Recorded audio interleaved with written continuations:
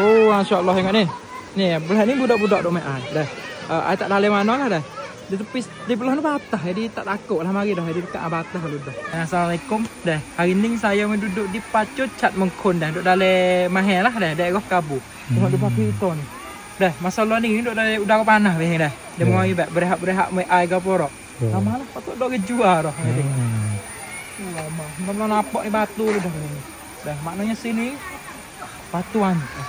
Ni belum lagi tengok ni ada kejuar ni. Kak, ada kejuar dah. Oh, masya-Allah tengok ni. Kak, orang ramai dok ni masalah ni. Ramai dah. Yo dia mau main air ke apa dah.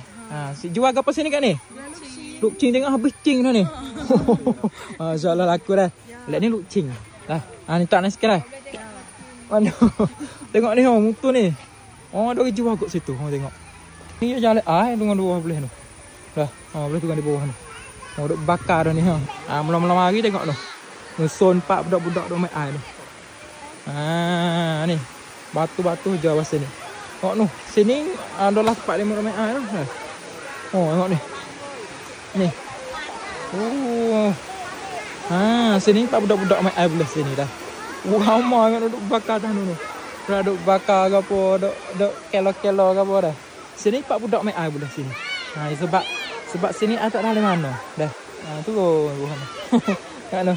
Relax Kak dah. Tengok Kak yang relax ni. Mari mana Kak ni? Mari sini. Duduk sini dah lah. Mari pak pong lah dah.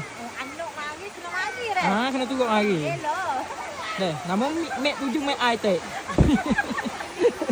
Tengok tu dah. Suasana. Suasana sedap dok lah. Tunggu kita tengok atas tu. Dah.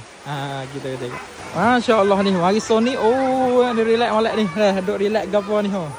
Dek ni adik-adik duk main air. Dah sini tak dalam mana. Tak dalam mana jadi.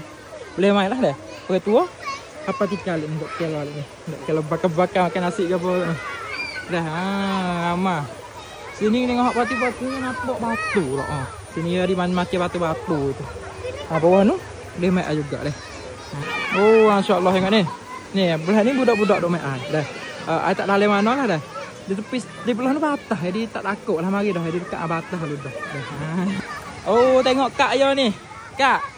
Gana tak banyak Kak sini Kak wayak sikit. Gana tak banyak Kak sini. Dia mari wayak tu nak dua je. Yo, betul?